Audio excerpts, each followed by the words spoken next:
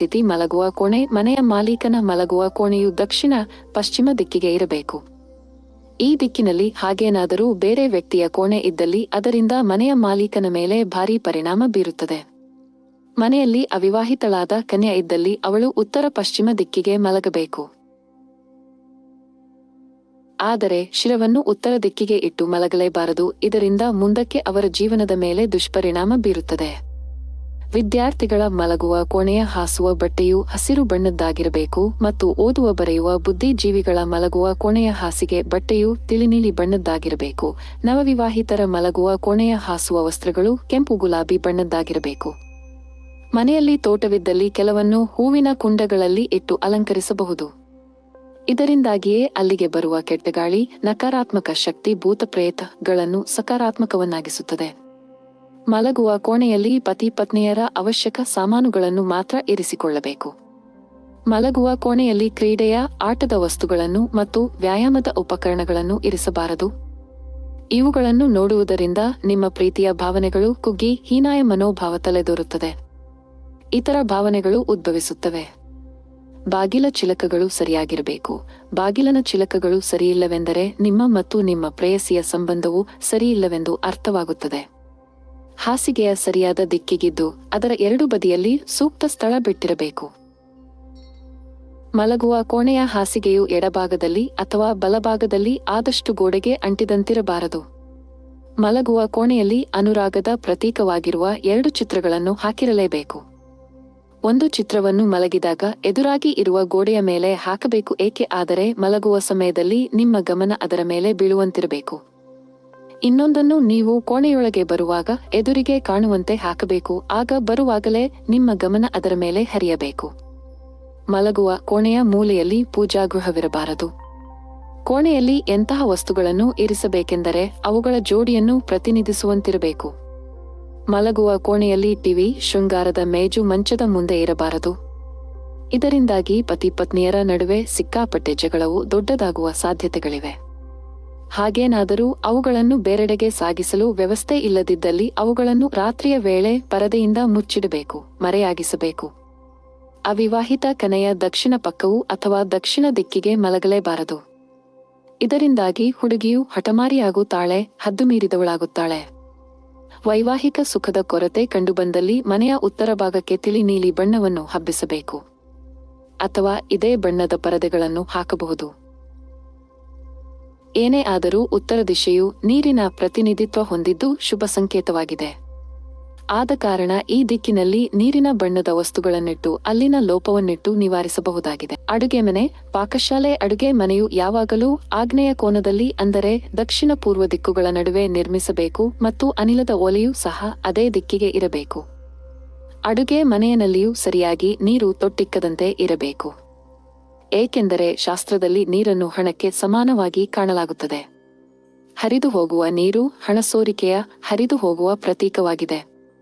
ಅಡುಗೆ ಮನೆಯಲ್ಲಿ ಟ್ಯಾಂಕಿಗೆ ನಲ್ಲಿ ಇರುವಂತಹ ವ್ಯವಧಾನವಿರಬೇಕು ಮತ್ತು ನೀರಿನ ಸ್ಥಾನವು ಸಹ ಸರಿಯಾದ ದಿಕ್ಕಿಗೆ ಇರಬೇಕು. ಅಡುಗೆ ಮನೆಯ ದ್ವಾರವು ಉತ್ತರ ಪೂರ್ವ ದಿಕ್ಕುಗಳಿಗೆ ಇರಬೇಕು. ಆಗ ಗೃಹದಲ್ಲಿ ಆಹಾರ ವಸ್ತುಗಳ ಕೊರತೆ ಬರುವುದೇ ಇಲ್ಲ. ಈ ಕಾರಣದಿಂದಲೇ ನಮ್ಮ ಕರ್ನಾಟಕದಲ್ಲಿ ಉತ್ತರ ಪೂರ್ವ ದಿಕ್ಕಿಗೆ ಅನ್ನಪೂರ್ಣದೇವಿಯ ದೇಗುಲಗಳನ್ನು ನಿರ್ಮಿಸಲಾಗಿದೆ. ರಾಹುವಿನ ನೆರಳಿನಿಂದ ಮುಕ್ತರಾಗಲು ಮನೆಯ ಸದಸ್ಯರು ದಿನದಲ್ಲಿ 1 ಬಾರಿಯಾದರೂ ಅಡುಗೆ ಮನೆಯಲ್ಲಿ ಊಟವನ್ನು ಮಾಡುವುದು ಅವಶ್ಯಕವಾಗಿದೆ. ಇದು ಸಂಪ್ರದಾಯವೂ ಹೌದು. ನೀರಿನ ಫಿಲ್ಟರ್ ಅಥವಾ ಅಕ್ವಾಗಾರ್ಡ್ಗಳು ಯಾವಾಗಲೂ ಉತ್ತರ ಪೂರ್ವ ದಿಕ್ಕಿನಲ್ಲೇ ಇರಿಸಬೇಕು. ಸಿಂಕ್ ನೀರಿನಲ್ಲಿ ಸಹ ಸದಾ ಉತ್ತರ ಪೂರ್ವ ದಿಕ್ಕಿಗೆ ಇರಬೇಕು. ಏಕೆಂದರೆ ನೀರು ಬೆಂಕಿಗಳು ವೈರಿಗಳೆಂದು ಹೇಳಲಾಗಿದೆ. ಇವೆರಡೂ ನೀರಿನ ಸಿಂಕ್ ಒಲೆಗಳು ಹತ್ತಿರದಲ್ಲೇ ಇದ್ದಲ್ಲಿ ಆ ಮನೆಯಲ್ಲಿ ಸದಾಕಾಲ ಅತ್ತೆ ಸೊಸೆಯರ ನಡುವೆ ಜಗಳವಾಗುತ್ತಿರುತ್ತವೆ. ಶೀತಲೀಕರಣ ಯಂತ್ರ ಫ್ರಿಡ್ಜ್ನ್ನು ದಕ್ಷಿಣ ಪಶ್ಚಿಮ ದಿಕ್ಕಿಗೆ ಇರಿಸಬೇಕು. ಅದೇ ರೀತಿಯಲ್ಲಿ ಉತ್ತರ ಪೂರ್ವ ದಿಕ್ಕಿಗೂ ಸಹ ಇರಿಸಬಹುದು. ಏಕೆಂದರೆ ಅದರಲ್ಲಿ ಚಲನೆ ಇರುತ್ತದೆ. ಕಾಫಿ ತಯಾರಿಸುವ ಯಂತ್ರ, ಟೋಸ್ಟರ್, ಸ್ಯಾಂಡ್ವಿಚ್ ಮೇಕರ್ ಇತ್ಯಾದಿ ಉಪಕರಣಗಳನ್ನು ದಕ್ಷಿಣ ಪೂರ್ವ ದಿಕ್ಕಿನಲ್ಲಿ ಇರಿಸಬೇಕು. ಊಟದ ಮನೆ ವಾಸ್ತುಶಾಸ್ತ್ರದ ಪ್ರಕಾರ ಭೋಜನ ಮಾಡಲು ಪಶ್ಚಿಮ ದಿಕ್ಕಿಗೆ ಕೂಡುವುದು ಸೂಕ್ತವಾದುದು. ಆದ್ದರಿಂದ ಊಟದ ಕೋಣೆಯನ್ನು ಮನೆಯ ಪಶ್ಚಿಮ ದಿಕ್ಕಿಗೆ ನಿರ್ಮಿಸುವುದು ಒಳ್ಳೆಯದು. ಆದರೆ ಊಟದ ಮನೆಯು ಅಡುಗೆ ಮನೆಯಿಂದ ದೂರವಿರಬಾರದು. ಊಟದ ಮನೆಯು ಅಡುಗೆ ಮನೆಯಲ್ಲಿ ಮಾಡುವುದಾದರೆ ಅಡುಗೆ ಮನೆಯ ಪಶ್ಚಿಮ ಭಾಗಕ್ಕೆ ಊಟದ ಮೇಜು ಮತ್ತು ಕುರ್ಚಿಗಳನ್ನು ಇರಿಸಬೇಕಾಗುತ್ತದೆ. ಅಡುಗೆ ಮನೆಯು ಉತ್ತರ ಪಶ್ಚಿಮ ದಿಕ್ಕಿನದಲ್ಲಿದ್ದಲ್ಲಿ ಮಧ್ಯಮ ಡೈನಿಂಗ್ ಟೇಬಲ್ ಅನ್ನು ಊಟದ ಮೇಜನ್ನು ಅಡುಗೆ ಮನೆಯ ಪಶ್ಚಿಮ ದಿಕ್ಕಿಗೆ ಗೋಡೆಗೆ ತಗುಲಿದಂತೆ ಇರಿಸಬೇಕು. ಅಡುಗೆ ಮನೆಯು ದಕ್ಷಿಣ ಪಶ್ಚಿಮ ದಿಕ್ಕಿಗೆ ಇದ್ದಲ್ಲಿ ಅಧಮ ಡೈನಿಂಗ್ ಟೇಬಲ್ ಪೂರ್ವ ದಿಕ್ಕಿಗೆ ಇರಿಸಬೇಕಾಗುತ್ತದೆ. ಯಾವಾಗಲೂ ಆಯತಾಕಾರದ ಡೈನಿಂಗ್ ಟೇಬಲ್ ಅನ್ನೇ ಉಪಯೋಗಿಸಬೇಕು. ಪೂರ್ವ ದಿಕ್ಕಿಗೆ ಕುಳಿತು ಊಟ ಮಾಡುವುದರಿಂದ ಆಯಸ್ಸು ವೃದ್ಧಿಸುತ್ತದೆ. ಉತ್ತರ ದಿಕ್ಕಿಗೆ ಕುಳಿತು ಯಾವಾಗಲೂ ಊಟ ಮಾಡಬಾರದು. ಇದರಿಂದ ಆರೋಗ್ಯದಲ್ಲಿ ವ್ಯತ್ಯಾಸವಾಗುತ್ತದೆ. ಊಟದ ಮೇಜಿನ ಮೇಲೆ ಮಂದ ಪ್ರಕಾಶದ ಬೆಳಕಿನ ವ್ಯವಸ್ಥೆ ಇರಬೇಕು. ಟಿವಿಯನ್ನು ನೋಡುತ್ತಾ ಊಟ ಮಾಡುವುದು ಮಹಾಪರಾಧವಾಗಿದೆ. ಊಟ ಮಾಡುವಾಗ ಇತರ ಬಾಹ್ಯ ಪ್ರಭಾವಗಳು ಶರೀರದ ಮೇಲೆ ಉಂಟಾಗಬಾರದು. ಹೀಗೆ ಮಾಡುವುದರಿಂದ ನಿಮಗೆ ಭೋಜನದ ರುಚಿಯನ್ನು ಸವಿಯಲಾಗದು ಮತ್ತು ಹೀಗೆ ಸೇವಿಸಿದ ಆಹಾರವು ಮೈಗೆ ತಾಕುವುದಿಲ್ಲ, ಶಕ್ತಿದಾಯಿಯಾಗಿರುವುದಿಲ್ಲ. ಊಟದ ಮನೆಯ ಗೋಡೆಯ ಬಣ್ಣವು ಹಗುರವಾದ ತಿಳಿಯಾದ ಶಾಂತರೂಪದ ತಂಪಾದ ವರ್ಣವಿರಬೇಕು.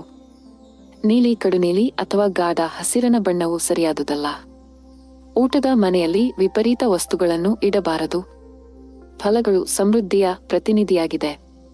ಆದ್ದರಿಂದ ಊಟದ ಕೋಣೆಯಲ್ಲಿ ಹಣ್ಣುಗಳನ್ನು ಇರಿಸುವುದು ಸುಖಕರವೂ ಶೋಭದಾಯಕವೂ ಆಗಿದೆ. ಊಟದ ಮೇಜಿನ ಮೇಲೆ ಹಣ್ಣಿನ ಬುಟ್ಟಿ ತಟ್ಟೆಗಳನ್ನು ಇಡುವುದು ಸಮೃದ್ಧಿಯನ್ನು ಆಮಂತ್ರಿಸುವ ಸಂಕೇತವಾಗಿದೆ. ಇದು ಸಾಧ್ಯವಾಗದಿದ್ದಲ್ಲಿ ಗೋಡೆಯ ಮೇಲೆ ಹಣ್ಣುಗಳ ಚಿತ್ರವನ್ನು ಅಂಟಿಸುವುದು. ದಕ್ಷಿಣಾಭಿಮುಖ ಮನೆಗಾಗಿ ವಾಸ್ತು ಯೋಜನೆ. ದಕ್ಷಿಣ ಪ್ರವೇಶ ಗೃಹದ ವಾಸ್ತು ಪ್ರಯೋಜನಗಳು. ಜನರು ಮೊದಲಿನಿಂದಲೂ ಮನೆಗಳನ್ನು ನಿರ್ಮಿಸಿದ ದಿನಗಳು ಹೋಗಿವೆ.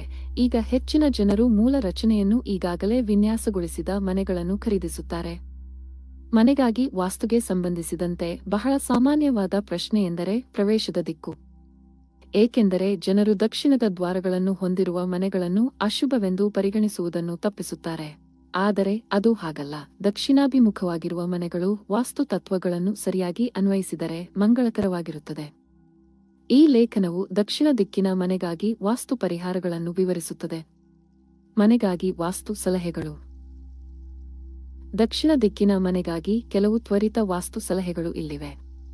ನಿಮ್ಮ ದಕ್ಷಿಣಾಭಿಮುಖ ಮನೆಯಲ್ಲಿ ನೀವು ಅಳವಡಿಸಿಕೊಳ್ಳಬಹುದಾದ ಮನೆಗಾಗಿ ಈ ವಾಸ್ತು ಸಲಹೆಗಳನ್ನು ನೋಡೋಣ. ಮನೆಯನ್ನು ನಿರ್ಮಿಸುವಾಗ ಅಥವಾ ಖರೀದಿಸುವಾಗ ವಿಶೇಷವಾಗಿ ದಕ್ಷಿಣಕ್ಕೆ ಎದುರಾಗಿರುವ ಮನೆ ಗೋಡೆಯ ಗಾತ್ರವನ್ನು ಹೋಲಿಸಲು ಮರೆಯದಿರಿ ಮತ್ತು ಮನೆಯ ಇತರ ಬದಿಗಳಿಗೆ ಹೋಲಿಸಿದರೆ ಪಶ್ಚಿಮ ಮತ್ತು ದಕ್ಷಿಣದ ಬದಿಗಳ ಗೋಡೆಗಳು ಎತ್ತರ ಮತ್ತು ಬಲವಾಗಿರುತ್ತವೆ. ಮನೆಯ ಇನ್ನೊಂದು ಪ್ರಮುಖ ವಾಸ್ತು ಸಲಹೆಯೆಂದರೆ ಮನೆಯ ಆಕಾರ. ವಾಸ್ತುವಿನಲ್ಲಿ ಮನೆಯ ಆಕಾರವು ನಿರ್ಣಾಯಕ ಪಾತ್ರವನ್ನು ವಹಿಸುತ್ತದೆ. ಹೀಗಾಗಿ ದಕ್ಷಿಣಾಭಿಮುಖವಾದ ಮನೆಯನ್ನು ಚೌಕ ಅಥವಾ ಆಯತಾಕಾರದ ಆಕಾರಕ್ಕೆ ನಿರ್ಬಂಧಿಸಬೇಕು. ನೈಋತ್ಯ ದಿಕ್ಕಿನಲ್ಲಿ ಕಾರ್ ಪಾರ್ಕಿಂಗ್, ನೀರಿನ ಪಂಪ್ಗಳು ಮತ್ತು ಉದ್ಯಾನಗಳನ್ನು ತಪ್ಪಿಸಬೇಕು. ಮನೆಯ ಈಶಾನ್ಯ ಭಾಗದಲ್ಲಿ ದೊಡ್ಡ ಹೂವಿನ ಗಿಡಗಳು ಅಥವಾ ಮರಗಳನ್ನು ನೆಡಲು ಪ್ರಯತ್ನಿಸಿ. ಇದು ಯಾವುದೇ ನಕಾರಾತ್ಮಕ ಶಕ್ತಿಯನ್ನು ಆಕರ್ಷಿಸದಂತೆ ಮನೆಯನ್ನು ಉಳಿಸುತ್ತದೆ. ದಕ್ಷಿಣಾಭಿಮುಖವಾಗಿರುವ ಮನೆಗೆ ವಾಸ್ತು. 1. ಮುಖ್ಯ ಬಾಗಿಲಿನ ನಿಯೋಜನೆ. ದಕ್ಷಿಣದ ಪ್ರವೇಶದ್ವಾರಗಳಿಗೆ ಬಾಗಿಲನ್ನು ಮಧ್ಯದಲ್ಲಿ ಅಥವಾ ಸ್ವಲ್ಪ ಎಡಕ್ಕೆ ಸ್ಥಾಪಿಸಲು ಸಲಹೆ ನೀಡಲಾಗುತ್ತದೆ. ಇದನ್ನು ಮಾಡುವುದರಿಂದ ನಿಮ್ಮ ಮನೆಯ ಶಕ್ತಿಯನ್ನು ಸಮತೋಲನಗೊಳಿಸುತ್ತದೆ ಮತ್ತು ಒಳಗೆ ವಾಸಿಸುವ ಎಲ್ಲಾ ಸದಸ್ಯರಿಗೆ ಸಂತೋಷ ಮತ್ತು ಆರೋಗ್ಯಕರ ಜೀವನವನ್ನು ಖಚಿತಪಡಿಸುತ್ತದೆ. 2. ಉತ್ತರದಲ್ಲಿ ಹೆಚ್ಚುವರಿ ಬಾಗಿಲು. ನೀವು ಮನೆಯ ದಕ್ಷಿಣ ಗೋಡೆಯ ಮೇಲೆ ಪ್ರವೇಶವನ್ನು ಹೊಂದಿದ್ದರೆ ಉತ್ತರ ದಿಕ್ಕಿನಲ್ಲಿ ಮತ್ತೊಂದು ಪ್ರವೇಶ ದ್ವಾರವನ್ನು ರಚಿಸಲು ಸೂಚಿಸಲಾಗುತ್ತದೆ. ದಕ್ಷಿಣ ಪ್ರವೇಶ ದೋಷವನ್ನು ತೆಗೆದುಹಾಕುವ ಮನೆಮದ್ದುಗಳಿಗೆ ಇದು ಅತ್ಯುತ್ತಮ ವಾಸ್ತುವಾಗಿದೆ. 3. ಭೂಗತ ನೀರಿನ ಸಂಗ್ರಹಣೆಯ ನಿಯೋಜನೆ. ದಕ್ಷಿಣಾಭಿಮುಖವಾಗಿರುವ ಮನೆಗೆ ಮನೆಯ ಮುಂದೆ ಯಾವುದೇ ಟ್ಯಾಂಕ್ ಅಥವಾ ಬೋರ್ವೆಲ್ ಇಡುವುದನ್ನು ತಪ್ಪಿಸುವುದು ಉತ್ತಮ ಅಭ್ಯಾಸ. ನಿಮ್ಮ ನೀರು ಸಂಗ್ರಹಣೆ ಮತ್ತು ಸೆಪ್ಟಿಕ್ ಟ್ಯಾಂಕ್ಗೆ ಉತ್ತಮ ಸ್ಥಳವನ್ನು ನಿರ್ಧರಿಸಲು ನೀವು ವಾಸ್ತುಶಾಸ್ತ್ರಜ್ಞರ ಸಹಾಯವನ್ನು ತೆಗೆದುಕೊಳ್ಳಬೇಕು. 4. ಗೋಡೆಗಳ ದಪ್ಪ. ಮನೆಯ ತುದಿಗೆ ಉಪಯುಕ್ತವಾದ ವಾಸ್ತು ಎಂದರೆ ದಕ್ಷಿಣ ಮತ್ತು ಪಶ್ಚಿಮದ ಗೋಡೆಗಳು ಪೂರ್ವ ಅಥವಾ ಉತ್ತರ ದಿಕ್ಕಿನ ಗೋಡೆಗಳಿಗಿಂತ ದಪ್ಪವಾಗಿರಬೇಕು. ಇದನ್ನು ಖಚಿತಪಡಿಸಿಕೊಳ್ಳುವುದು ನಿಮ್ಮ ಮನೆಯಿಂದ ದೋಷವನ್ನು ತೆಗೆದುಹಾಕಲು ಕಾರಣವಾಗುತ್ತದೆ. 5. ಅಡುಗೆ ಮನೆಯ ಸ್ಥಳ. ದಕ್ಷಿಣಾಭಿಮುಖವಾಗಿರುವ ಮನೆಯಲ್ಲಿ ನಿಮ್ಮ ಅಡುಗೆ ಮನೆಯನ್ನು ಪೂರ್ವ ಅಥವಾ ಪಶ್ಚಿಮ ದಿಕ್ಕಿನಲ್ಲಿ ನಿರ್ಮಿಸುವುದು ಒಳ್ಳೆಯದು. ಅಡುಗೆ ಮಾಡುವಾಗ ನೀವು ಪೂರ್ವಕ್ಕೆ ಮುಖ ಮಾಡಿ ಎಂದು ಖಚಿತಪಡಿಸಿಕೊಳ್ಳಿ. ಹೀಗೆ ಮಾಡುವುದರಿಂದ ಇಡೀ ಕುಟುಂಬದ ಆರೋಗ್ಯ ಸುಧಾರಿಸುತ್ತದೆ. 6. ಪ್ರವೇಶ ಬಾಗಿಲಿನ ಬಣ್ಣ. ಆಗ್ನೇಯ ದಿಕ್ಕಿನ ಪ್ರವೇಶವು ಕುಟುಂಬದ ಮಹಿಳೆಯರಲ್ಲಿ ಆರೋಗ್ಯ ಸಮಸ್ಯೆಗಳನ್ನು ಉಂಟುಮಾಡುತ್ತದೆ ಎಂದು ನಂಬಲಾಗಿದೆ. ಇದಕ್ಕೆ ಸುಲಭ ಪರಿಹಾರವೆಂದರೆ ಮುಖ್ಯ ಬಾಗಿಲಿಗೆ ಕೆಂಪು ಅಥವಾ ಕಂದು ಬಣ್ಣದಲ್ಲಿ ಬಣ್ಣ ಹಚ್ಚುವುದು. ವಾಸ್ತು ದೋಷವನ್ನು ಹೋಗಲಾಡಿಸಲು ಈ ಆಗ್ನೇಯ ಪ್ರವೇಶ ವಾಸ್ತು ತುದಿಯನ್ನು ಅನುಸರಿಸಬೇಕು. 7. ಮಲಗುವ ಕೋಣೆಯ ನಿರ್ದೇಶನ. ನಿಮ್ಮ ಮನೆಯ ಮುಖ್ಯ ದ್ವಾರವು ದಕ್ಷಿಣದಲ್ಲಿದ್ದರೆ ನಿಮ್ಮ ಮಲಗುವ ಕೋಣೆಯನ್ನು ಪೂರ್ವ ಮತ್ತು ಪಶ್ಚಿಮ ದಿಕ್ಕಿನಲ್ಲಿ ನಿರ್ಮಿಸಲು ಮರೆಯದಿರಿ. ಇದು ವಾಸ್ತುವನ್ನು ಸಮತೋಲನಗೊಳಿಸಲು ಸಹಾಯ ಮಾಡುತ್ತದೆ ಮತ್ತು ಕಾಸ್ಮಿಕ್ ಶಕ್ತಿಯ ಸುಲಭ ಹರಿವನ್ನು ಖಚಿತಪಡಿಸುತ್ತದೆ. 8. ರೋಗ ನಿವಾರಣಾ ಯಂತ್ರ. ಮನೆಯು ಆಗ್ನೇಯ ಪ್ರವೇಶವನ್ನು ಹೊಂದಿದ್ದರೆ ಅದು ಮನೆಯ ಮಹಿಳೆಯರಿಗೆ ಆರೋಗ್ಯ ಸಮಸ್ಯೆಗಳಿಗೆ ಕಾರಣವಾಗಬಹುದು. ಇದು ಸಂಭವಿಸುವುದನ್ನು ತಪ್ಪಿಸಲು ನೀವು ಮುಖ್ಯ ಬಾಗಿಲಿಗೆ ನೇರವಾಗಿ ಎದುರಾಗಿರುವ ಗೋಡೆಯ ಮೇಲೆ ರೋಗ ನಿವಾರಣಾ ಯಂತ್ರವನ್ನು ಇಡಬೇಕು. ಮನೆಯ ಸಲಹೆಗಾಗಿ ಈ ಪ್ರಮುಖ ವಾಸ್ತು ದೋಷವನ್ನು ತೆಗೆದುಹಾಕಬಹುದು ಮತ್ತು ಕುಟುಂಬದ ಮಹಿಳೆಯರು ಸುರಕ್ಷಿತವಾಗಿರುವುದನ್ನು ಖಚಿತಪಡಿಸಿಕೊಳ್ಳಬಹುದು. 9. ಉದ್ಯಾನದ ಸ್ಥಳ. ದಕ್ಷಿಣ ದಿಕ್ಕಿಗೆ ಎದುರಾಗಿರುವ ಮನೆಗಳಿಗೆ ವಾಸ್ತುಶಾಸ್ತ್ರವು ದಕ್ಷಿಣ ಅಥವಾ ಆಗ್ನೇಯ ಭಾಗದಲ್ಲಿ ಮಾತ್ರ ಉದ್ಯಾನವನ್ನು ಅನುಮತಿಸುತ್ತದೆ. ಮನೆಯ ಎಲ್ಲಾ ಇತರ ಪ್ರದೇಶಗಳನ್ನು ತಪ್ಪಿಸಬೇಕು. 10. ಆಗ್ನೇಯ ಮುಖದ ಪ್ರವೇಶಕ್ಕೆ ಪರಿಹಾರ. ಆಗ್ನೇಯ ಭಾಗದ ಪ್ರವೇಶವು ಕುಟುಂಬದಲ್ಲಿ ಒತ್ತಡ, ಕೋಪ ಮತ್ತು ಉದ್ವೇಗದ ವಾತಾವರಣವನ್ನು ಸೃಷ್ಟಿಸುತ್ತದೆ. ಆಗ್ನೇಯ ಪ್ರವೇಶದ ವಾಸ್ತು ತುದಿಯು ಬಾಗಿಲಿನ ಪ್ರತಿ ಬದಿಯಲ್ಲಿ ಗಾಯತ್ರಿ ಮಂತ್ರದ 2 ಸ್ಟಿಕ್ಕರ್ಗಳನ್ನು ಹಾಕುವುದು. ಇದನ್ನು ಮಾಡುವುದರಿಂದ ಕುಟುಂಬದ ವಾತಾವರಣವನ್ನು ಸುಗಮಗೊಳಿಸಬಹುದು ಮತ್ತು ಸದಸ್ಯರ ನಡುವೆ ಸಾಮರಸ್ಯವನ್ನು ನಿರ್ಮಿಸಬಹುದು. 11. ನಿಮ್ಮ ಪೂಜಾ ಕೊಠಡಿಯನ್ನು ನಿರ್ಮಿಸುವುದು. ಪೂಜಾ ಕೊಠಡಿಯು ದಕ್ಷಿಣಾಭಿಮುಖವಾಗಿರುವ ಮನೆಯ ಈಶಾನ್ಯ ಪ್ರದೇಶದಲ್ಲಿ ಇರಬೇಕು. ನಿಮ್ಮ ಮನೆಯ ಈಶಾನ್ಯ ಭಾಗದಲ್ಲಿ ಪೂಜಾ ಕೊಠಡಿಯನ್ನು ರಚಿಸುವುದು ನಿಮ್ಮ ವೈಯಕ್ತಿಕ ಮತ್ತು ವೃತ್ತಿಪರ ಜೀವನದಲ್ಲಿ ಶಾಂತಿ, ಸಮೃದ್ಧಿ ಮತ್ತು ಸಮೃದ್ಧಿಯನ್ನು ತರುತ್ತದೆ. ಮನೆ ಸಲಹೆಗಳಿಗಾಗಿ ಮೇಲೆ ತಿಳಿಸಿದ ವಾಸ್ತುವನ್ನು ಅನುಸರಿಸುವ ಮೂಲಕ ನಿಮ್ಮ ಮನೆಯು ಸಮೃದ್ಧಿ ಮತ್ತು ಬೆಳವಣಿಗೆಯನ್ನು ತರಬಹುದು. ದಕ್ಷಿಣ ಪ್ರವೇಶವಿರುವ ಮನೆಗಳ ಬಗ್ಗೆ ಪುರಾಣಗಳು ನಿಮ್ಮ ಮೇಲೆ ಪ್ರಭಾವ ಬೀರಲು ಬಿಡಬೇಡಿ. ಕೆಲವು ಬದಲಾವಣೆಗಳನ್ನು ಮಾಡಿ ಮತ್ತು ನಿಮ್ಮನ್ನು ಸುತ್ತುವರೆದಿರುವ ಸಕಾರಾತ್ಮಕತೆಯನ್ನು ಅನುಭವಿಸಿ. ಇಂತಹ ಹೆಚ್ಚಿನ ವಿಡಿಯೋಗಳಿಗಾಗಿ ನಮ್ಮ ಚಾನೆಲ್ ಅನ್ನು ಸಬ್ಸ್ಕ್ರೈಬ್ ಮಾಡಿ.